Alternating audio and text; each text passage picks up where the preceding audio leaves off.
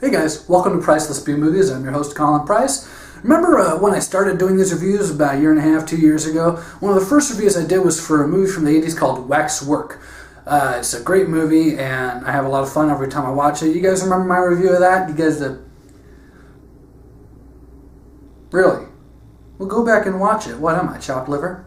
Waxwork 2, Lost in Time. So Waxwork 2 starts right where Waxwork 1 left off, with our hero played by Zach Galligan, that's right, the guy from Gremlins and Gremlins 2, and his girlfriend, who has been very noticeably recast and is now played by Monica Schneider, and they're escaping the waxwork as it burns down behind them.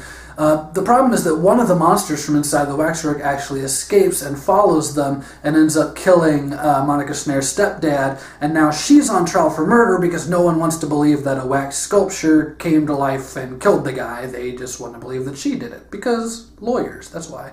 So now Zach Galligan and Monica Schneider have to get into this portal, which takes them through time.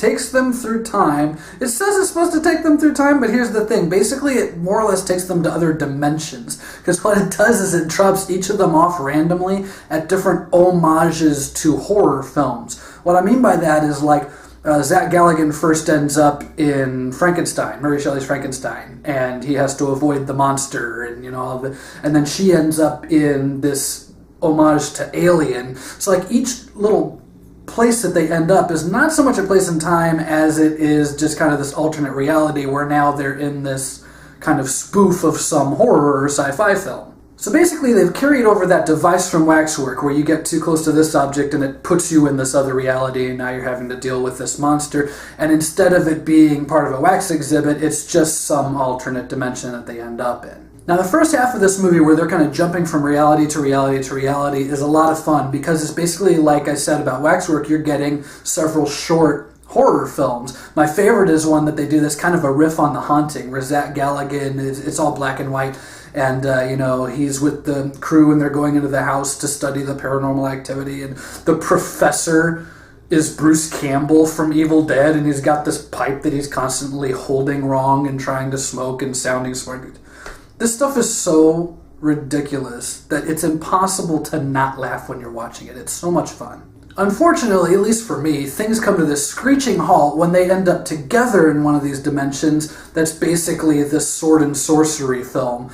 And from that point on, it's about halfway through the film, and from that point on, they stay in this dimension basically till the end of the movie. And because of that, the movie just slows to a halt. I get that once they're in this fantasy world, that now this is supposed to be the main plot of the film, but if that's the case, then why did you spend 45 to 50 minutes getting there? It almost feels like they should have had a little more fun with having more and more different stories. I don't know why it was written this way, but it kind of took me out, because I really enjoy kind of the short horror vignettes, but then when they're in this one and they just stay there and nothing particularly interesting happens.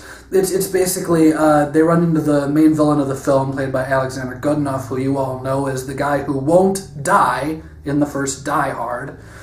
And he's trying to usurp the throne, and and it's this very kind of cliched plot line, but it's not like fun cliched like the ones that come before it.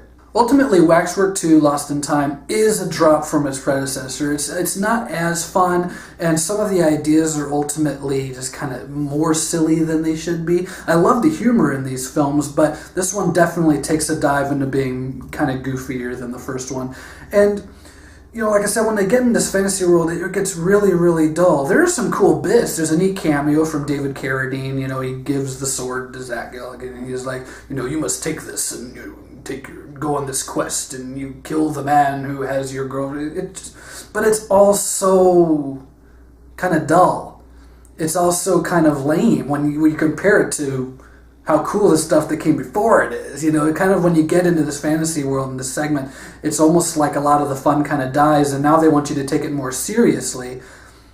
That's no fun. At the same time, I don't want to sound like I'm trying to crap all over this movie either, though, because I do like a lot of things in this film. Zach Galligan is great. He proves even more in this than I think he does in the Gremlins films, how great he is at reacting to weird stuff that's going on. He's got a great knack for comedic timing. I love this guy and everything he's in. Also, the direction by Anthony Hickox is generally pretty good. There's only a few things in this film regarding the camera work and the direction that I'm kind of like, yeah, well, it's not...